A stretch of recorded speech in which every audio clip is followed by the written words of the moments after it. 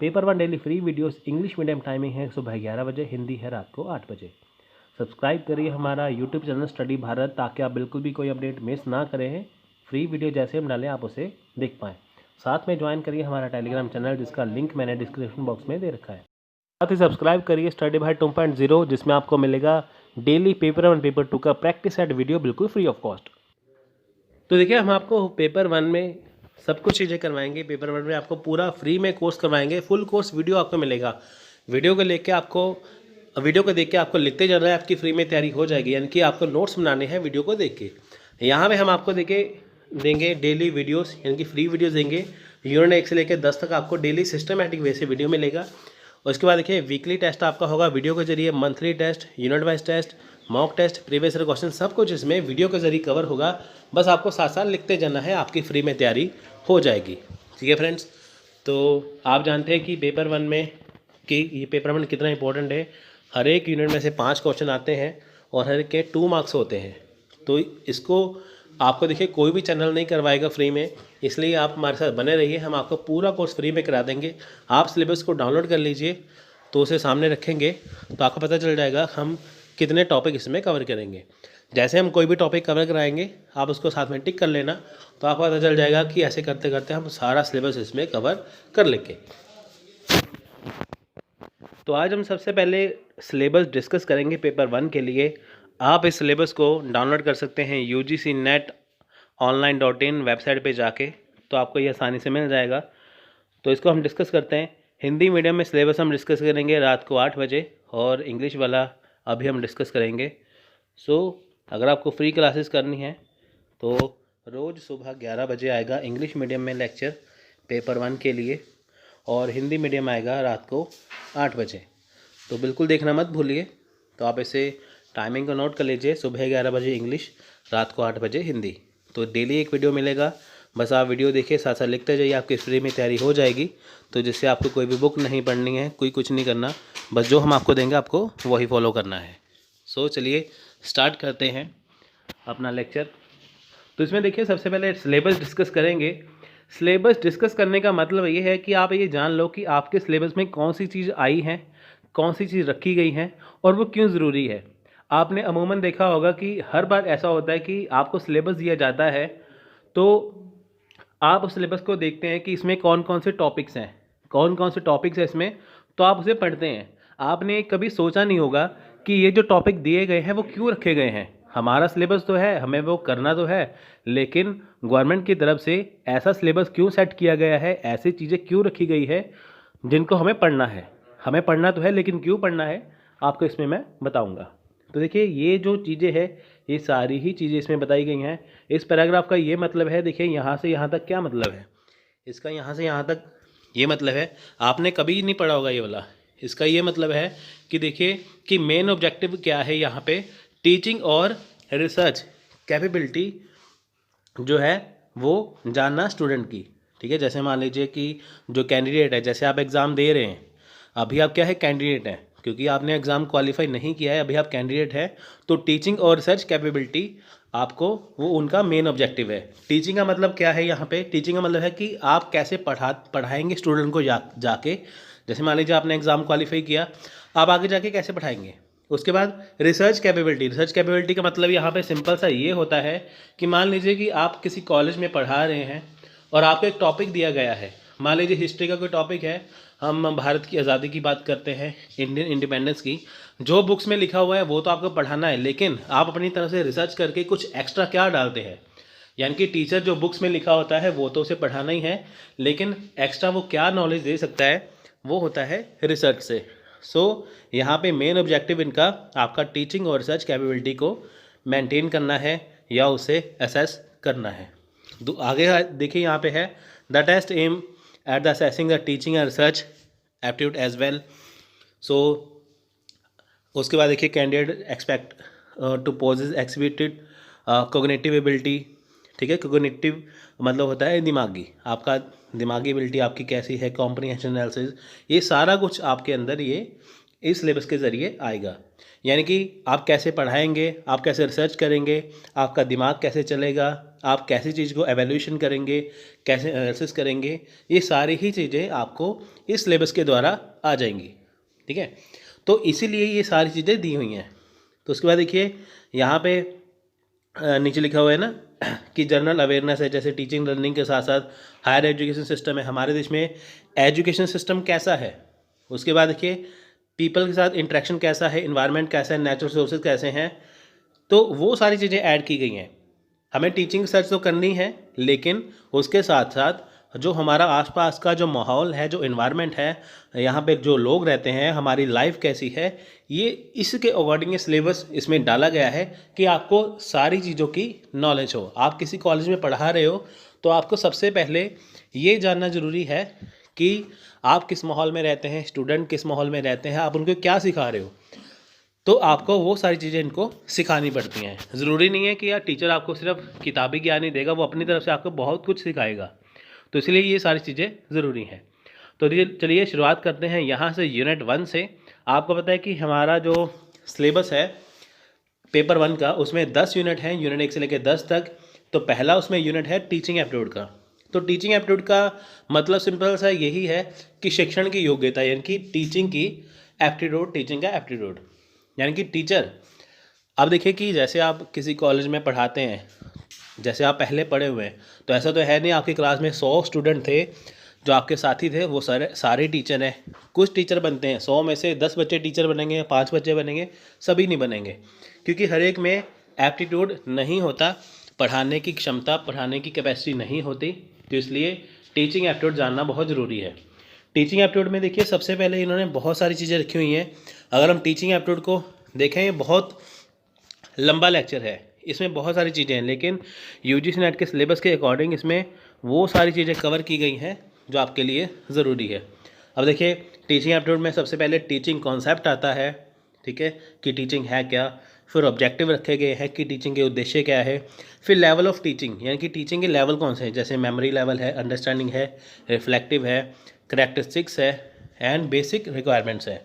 तो ये सारी चीज़ें हैं टीचिंग एप्टीट्यूड के अंदर। फर्स्ट ऑफ ऑल सबसे पहले जो बेसिक नीड्स है जिसे हम कवर करेंगे। आपको यहाँ पे मैं एक और बात बता दूँ, आपको यहाँ पे पेपर 1 का कंप्लीट कोर्स मिलने वाला है। यूट्यूब पे कोई भी ऐसा चैनल नहीं है, ना ही कोई ऐसा इंस्टीट्यूट है जो आपको पेपर 1 का बिल्कुल फ्री में कोर्स कराएगा, जो आपको कहेगा कि आपको कोई भी बुक नहीं पढ़नी, बस वीडियो फॉलो करो आपका तैयारी हो जाएगी।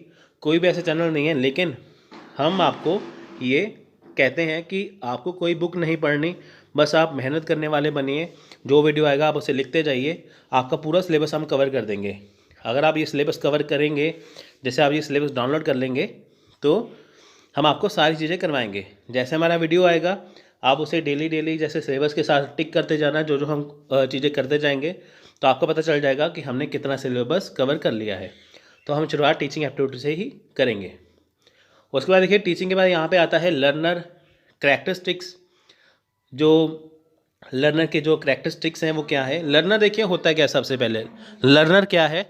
लर्नर सबसे पहले क्या है कि जो सीखता है हमेशा। स्टूडेंट होते हैं स्कूल में, तो आप अभी स्टूडेंट नहीं हैं, आप है लर्नर। लर्नर होता है जो ज़िंदगी भर सीखता है। लर्नर का मतलब ये है कि आपने जैसे पेपर 1 पेपर 2 पढ़ लिया, यूजीसी का कर लिया, उसके बाद आपने एसएससी का एग्ज़ाम दिया, आपने यूपीएससी का एग्ज़ाम दिया, तो आप स्टूडेंट नहीं हैं, आप क्या है, आप एक लर्नर हैं। आप डिफरेंट टाइप की चीज़ें सीख रहे हैं। तो देखिए लर्नर का करैक्टरिस्टिक्स क्या है, विशेषताएँ क्या है।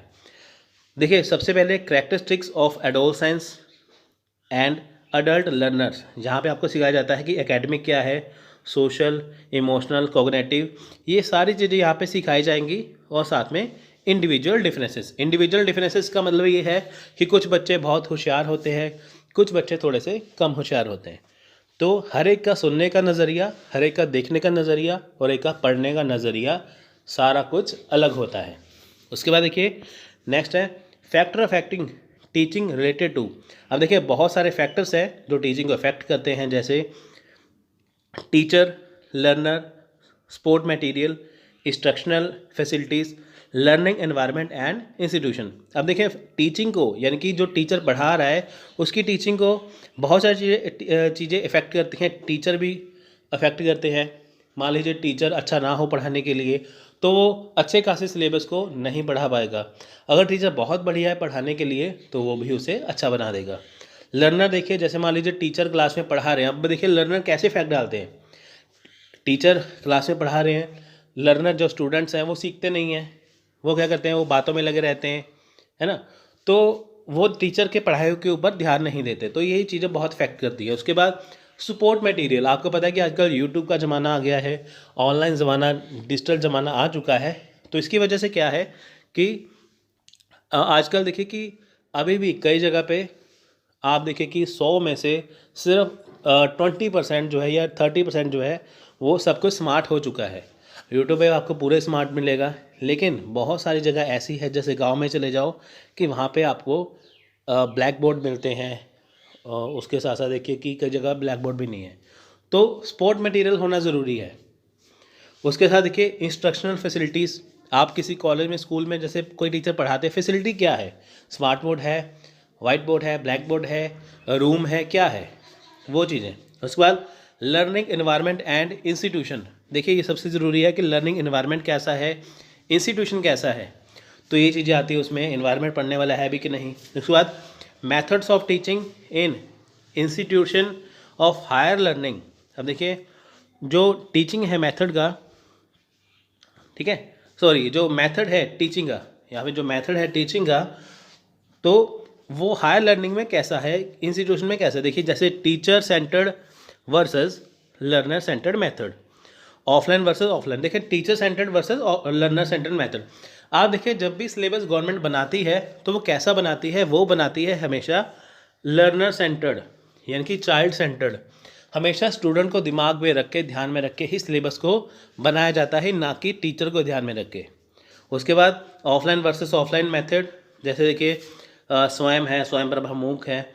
यहाँ पे ये चीज़ें क्या हैं, ये चीज़ें गवर्नमेंट के द्वारा चलाई गई हैं, जिसे आप घर बैठे बैठे स्वयं प्रभा मूक से, एक ऑनलाइन प्लेटफॉर्म है ये, जिसके जरिए आप घर बैठे आसानी से कोर्स कर सकते हैं, उसका सर्टिफिकेट भी पा सकते हैं।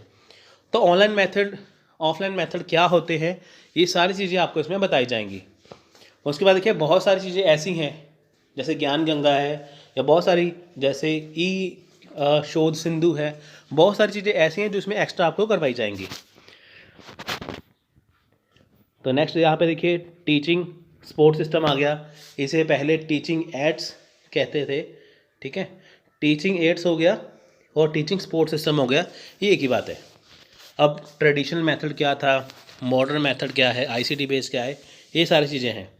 एवेल्यूशन सिस्टम, देखिए elements and the types of evaluation, evaluation in the choice based credit system in higher education, computer based testing, innovation in evaluation system, ये सारी चीज़ें इसमें कवर की जाएंगी कि एवेल्यूशन मेथड होता क्या है। उसके बाद देखिए नेक्स्ट आ जाता है हमारा रिसर्च एप्टीट्यूड। अब देखिए टीचिंग का रखना इसलिए ज़रूरी था क्योंकि टीचर, अगर मान लीजिए आप कल को टीचर बनते हैं तो आपके लिए क्या चीज़ें ज़रूरी हैं, आप कैसे पढ़ाएंगे, कौन से मेथड बनाने आपको ज़रूरी हैं। उसके बाद रिसर्च एप्टीट्यूड, रिसर्च क्यों रखी गई है हमारे सिलेबस में, कि ताकि आप जो चीज़ें पढ़ा रहे हैं तो आपका उनमें कितनी डेप्थ में आप उसे कवर कर रहे हैं। दूसरी बात, जिन बच्चों का देखिए जूनियर रिसर्च फेलोशिप यानी कि JRF कवर हो जाए तो उनको आगे जाके रिसर्च करनी है किसी टॉपिक के ऊपर, तो रिसर्च कैसे स्टार्ट करेंगे, तो ये भी इसमें कवर की जाती है कि आपको रिसर्च कैसे करनी है, आप एक रिसर्चर कैसे बन सकते हैं विद JRF, ठीक है। अगर आपको PhD करनी है तो आप कैसे कर सकते हैं, ये सारी चीज़ इसमें लिखी गई है। देखिए इसमें सबसे पहले क्या है कि मीनिंग क्या है रिसर्च का, कोई भी चीज़ देखेंगे सबसे पहले मीनिंग आता है, उसका टाइप, उसका characteristics, positivism and positivistic approach to research, इसमें हम कवर करेंगे। उसके बाद रिसर्च का मेथड क्या है, मेथड ऑफ रिसर्च, जैसे एक्सपेरिमेंटल क्या है, डिस्क्रिप्टिव, हिस्टोरिकल, क्वालिटेटिव, ये सारी चीज़ें इसमें आएंगी। स्टेप्स ऑफ रिसर्च, यानी रिसर्च के चरण क्या है, स्टेप्स क्या है। उसके बाद थीसिस एंड आर्टिकल राइटिंग, अगर आपको कोई थीसिस लिखनी है, थीसिस मतलब होता है कि जैसे आपको मान लीजिए कोई टॉपिक दे दिया, आपने उसके ऊपर लिख दिया, जब आप PhD कर रहे हैं तो उसे बोलते हैं थीसिस। उसके बाद आर्टिकल राइटिंग, आपको किस स्टाइल में अपना आर्टिकल लिखना है, ठीक है। उसके बाद application of ICT in research, ये चीज़ें आएंगी इसमें। और रिसर्च एथिक्स, एथिक्स का मतलब होता है कि कौन सी चीज़ें अच्छी हैं, कौन सी बुरी हैं। तो रिसर्च करने के लिए आपके लिए क्या अच्छा है क्या बुरा है, आपको ये उसमें इंक्लूड किया जाएगा। तो ये होगा रिसर्च एप्टीट्यूड। उसके बाद देखिए उसके बाद नीचे आता है यूनिट नंबर 3 कॉम्प्रीहेंशन। आपको एक पैसेज दिया जाएगा, so a passage of text be given, question be asked from the passage to be answered. तो देखिए आपको यहाँ पे क्या है, एक कॉम्प्रीहेंशन दिया जाएगा, एक पैराग्राफ दिया जाएगा, जिसको पढ़ने के बाद आपको नीचे कुछ क्वेश्चन दिए जाएंगे, कुछ एमसीक्यूज दिए जाएंगे, जिससे आपको सॉल्व करना है। तो ये पैराग्राफ क्यों रखा गया है कि ताकि आपकी पढ़ने की कैपेसिटी, आपका पढ़ने का तरीका है कैसा, आपने एक पैराग्राफ पढ़ा, कितना अच्छे से पढ़ा, तभी आप उसे सॉल्व कर पाएंगे। मान लीजिए आपने पैराग्राफ पढ़ा, आपके सारे आंसर गलत हो गए, तो इसका मतलब ये है कि आप में जो लर्निंग की कैपेसिटी है वो बिल्कुल ज़ीरो है। लेकिन अगर आपने उसे अच्छे से पढ़ा और आपने उसका आंसर ढूंढ लिया, तो इसका मतलब है कि आपने उसे अच्छे से पढ़ा है। तो कॉम्प्रीहेंशन इसलिए लगाया जाता है कि आपका कैपेसिटी चेक करना कि आप कितनी गहराई से, कितनी अच्छी से, कितनी समझ से चीज़ों को पढ़ते हैं। तो उसके बाद देखिए कम्युनिकेशन आ जाता है। कम्युनिकेशन में देखिए कम्युनिकेशन का सबसे पहले आएगा meaning, types, characteristics of communication. उसके बाद इफेक्टिव कम्युनिकेशन क्या है, जैसे verbal, non verbal, intercultural and group communication, classroom communication. उसके बाद barrier of effective communication. Barriers मतलब होता है कि जैसे रुकावट आ रहा है, जैसे मान लीजिए आप किसी से फ़ोन पे बात कर रहे हैं, तो आपको आवाज़ सुनती है लेकिन उसे आवाज़ नहीं सुनती। जैसे आप मान लीजिए फ़ोन पे बात कर रहे हैं, बाहर कोई स्पीकर लगा हुआ है, बहुत लाउड आवाज़ में है, तो आपको उसकी आवाज़ सुनेगी नहीं, तो वो क्या है, वो बैरियर है। तो उसके बाद mass media and society. Mass media society का मतलब है कि जैसे अखबारें हैं, न्यूज़ है, वो आपको खबरें बताते हैं देश विदेश की, इंडिया की, फॉरेन की, पूरे वर्ल्ड की। तो वो सारी चीज़ें आती हैं कम्युनिकेशन की, कि आप कम्युनिकेट हो रहे हो घर बैठे बैठे, ठीक है। उसके बाद देखिए, उसके बाद आएगा यूनिट नंबर 5, यूनिट नंबर 5, जिसका नाम है मैथमेटिकल रीजनिंग एंड एप्टीट्यूड। तो देखिए इसमें क्या है कि टाइप्स ऑफ रीजनिंग। सबसे पहले देखिए कि टाइप्स ऑफ रीजनिंग में बहुत सारे चैप्टर आते हैं, जैसे इसमें आ जाता है कोडिंग, डिकोडिंग, ब्लड रिलेशन। उसके बाद इसमें आ जाता है डायरेक्शन सेंस हो गया, सिटिंग अरेंजमेंट हो गया, बहुत सारे चैप्टर इसके अंदर आते हैं। तो कुछ स्टूडेंट कहते हैं कि हमें टाइप्स ऑफ रीजनिंग हमें करवाया नहीं गया है कि उसमें पैराग्राफ क्या आता है। देखिए सबसे पहले इसमें चैप्टर के क्वेश्चन करने हैं, ना कि आपको इसमें थ्योरी पूछा जाएगा। उसके बाद देखिए टाइप्स ऑफ रीजनिंग में 7 या 8 चैप्टर इसमें आते हैं। उसके बाद देखिए नंबर सीरीज़ आएगा, लेटर सीरीज़ आएगा, कोडेड एंड रिलेशनशिप है इसमें। ये सारी चीज़ें हम इसमें कवर करेंगे और बिल्कुल अच्छे से कवर करेंगे। फ्री का मतलब ये नहीं है कि आपको हम कुछ भी करवाएंगे, फ्री का मतलब है कि आपको कहीं पे भी जाने की ज़रूरत नहीं है, हम आपको बिल्कुल एकदम बढ़िया से इसमें करवाएंगे, बस आप उसमें मेहनत करने वाले बनिए। उसके बाद देखिए मैथमेटिकल एप्टीट्यूड में देखिए फ्रैक्शन आएगा, टाइम एंड डिस्टेंस आएगा, ratio, proportion, percentage, profit loss, interest and discounting, ये सारी चीज़ें इसमें आएंगी और एवरेज भी इसमें आएगा। उसके बाद देखिए लॉजिकल रीजनिंग, ऊपर वाला मैथ्स और रीजनिंग का पोर्शन था, लॉजिकल रीजनिंग अलग से है। लॉजिकल रीजनिंग का मतलब है कि लॉजिक यानी कि कोई कारण, ठीक है। लॉजिक क्या है, हर एक चीज़ के पीछे, जैसे देखिए understanding the structure of arguments, यानी कि जो आर्गूमेंट्स हैं उसे आपको जानना है, उसका स्ट्रक्चर, जैसे आर्गूमेंट की फॉर्म्स क्या है, structure of categorical propositions, moods and figure, formal and informal fallacies, use of language, connotation, denotation of terms, classical square of opposition, ये सारी चीज़ इसमें आपको हम करवाएंगे, क्योंकि ये देखिए चीज़ें आपको बहुत बारीकी से समझाने वाली है, इसलिए मैं यहाँ पे आपको मैं इसके बारे में ज़्यादा नहीं बता पाऊँगा, क्योंकि ये बहुत डीप जाना पड़ेगा इसके लिए। उसके बाद देखिए evaluating and distinguish deductive and inductive reasoning, तो देखिए ये चीज़ें इसमें आएंगी, एनालॉगीज इसमें आएंगी, वेन डायग्राम आएगा, ठीक है। तो सिंपल, मल्टीपल सारी चीज़ें आएंगी इसमें। इंडियन लॉजिक आएगा, मीन्स ऑफ नॉलेज, यानी कि इंडियन लॉजिक, भारतीय तर्कशास्त्र क्या है।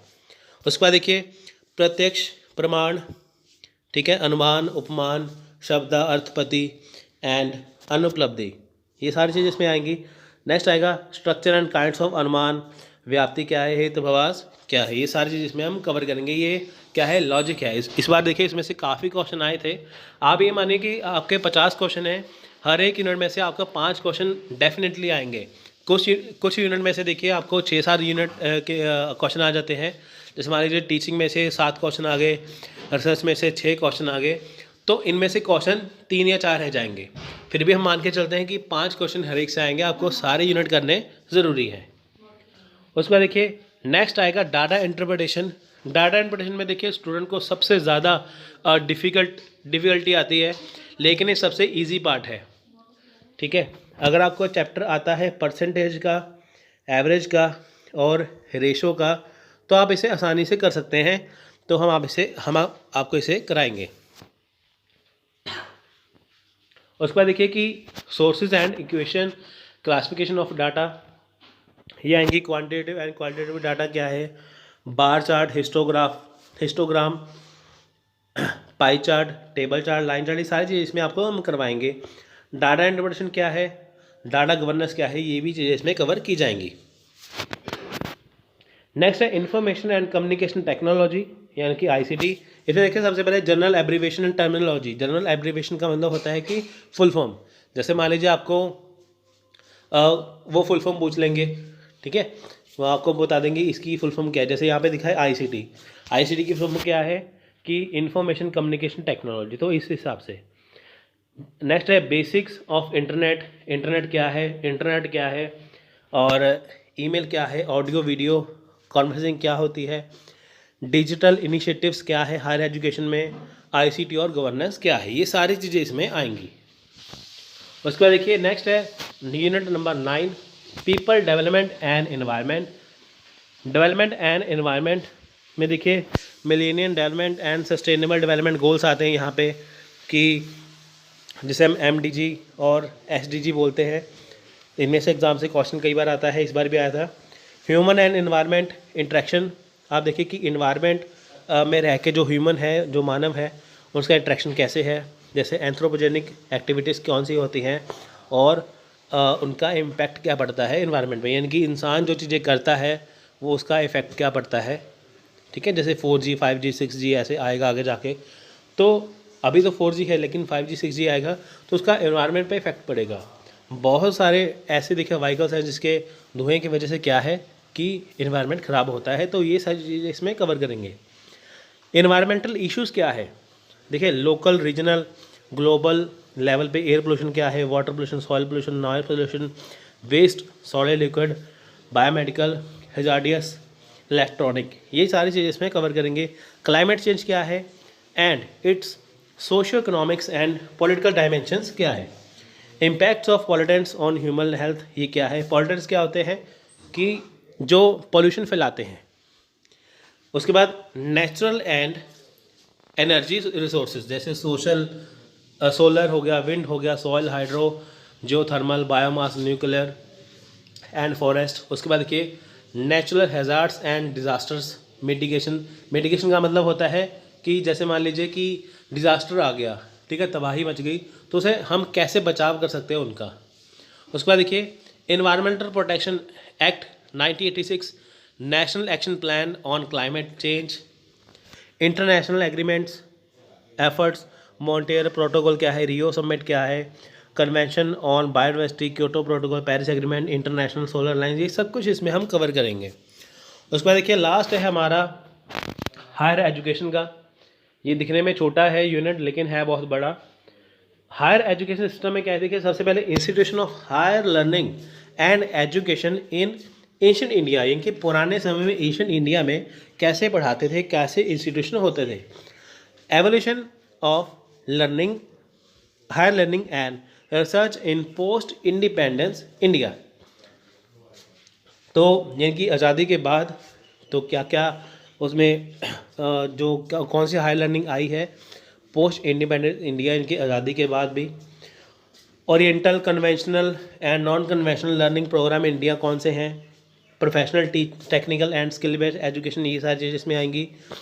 Value education and environmental education, policies, governance and administration, ये सारी चीज़ें इसमें करवाएंगे हम आपको, यानी कि AD से लेके चोटी तक, यानी कि यूनिट 1 से लेके यूनिट 10 तक सब कुछ इसमें कवर होगा।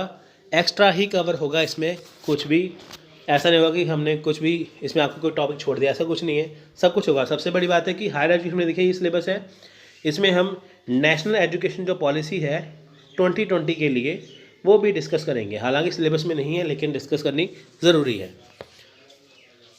तो देखिए यहाँ पे लास्ट में आपको यही बताया गया है कि 5 क्वेश्चन आएंगे आपको हर एक यूनिट से 2-2 मार्क्स इसमें आपके हैं, यानी कि हर एक क्वेश्चन के 2 मार्क्स हैं यहाँ पे। तो अगर आपको लेक्चर अच्छा लगा है, यानी कि ये इंट्रोडक्शन अच्छी लगी है, तो आप इसे लाइक करिए, शेयर करिए और सब्सक्राइब करिए हमारे यूट्यूब चैनल की क्योंकि देखिए जैसे हम वीडियो डालेंगे आपको उसका नोटिफिकेशन मिल जाए। और साथ ही हमारा टेलीग्राम चैनल जो है वो ज्वाइन कर लीजिए, इसका लिंक मैंने डिस्क्रिप्शन में दे रखा है। क्योंकि देखिए अगर आप वो ज्वाइन करेंगे तो हम आपको डेली वीडियो लिंक आपको टाइम पे वहाँ पे देंगे, तो आपको वीडियो ढूंढना नहीं पड़ेगा, आप डायरेक्ट लिंक से वहाँ पे वीडियो को देख सकते हैं। उसके बाद देखिए कि एक और हमारा नया यूट्यूब चैनल है स्टडी भारत 2.0, जिसका लिंक भी मैंने डिस्क्रिप्शन में दे रखा है। यहाँ पे आपको प्रैक्टिस सेट करवाया जाएगा, इनकी हर एक जो हम क्वेश्चन करेंगे वो इसी चैनल पे करेंगे। ये स्पेशल बनाया गया है आपके लिए कि ताकि जो पेपर 1 है चाहे पेपर 2 है, सभी के क्वेश्चन यहाँ पे डिस्कस किए जाए। सो आप इसे जल्दी से सब्सक्राइब करिए कि ताकि हम आपको डेली के डेली करवाते रहें। सो अगर आपको हमारा ये प्रयास फ्री करवाने का प्रयास अच्छा लगा है तो वीडियो को लाइक ज़रूर करिए और बने रहिए हमारे साथ। तब तक के लिए टेक केयर। जय हिंद, जय भारत।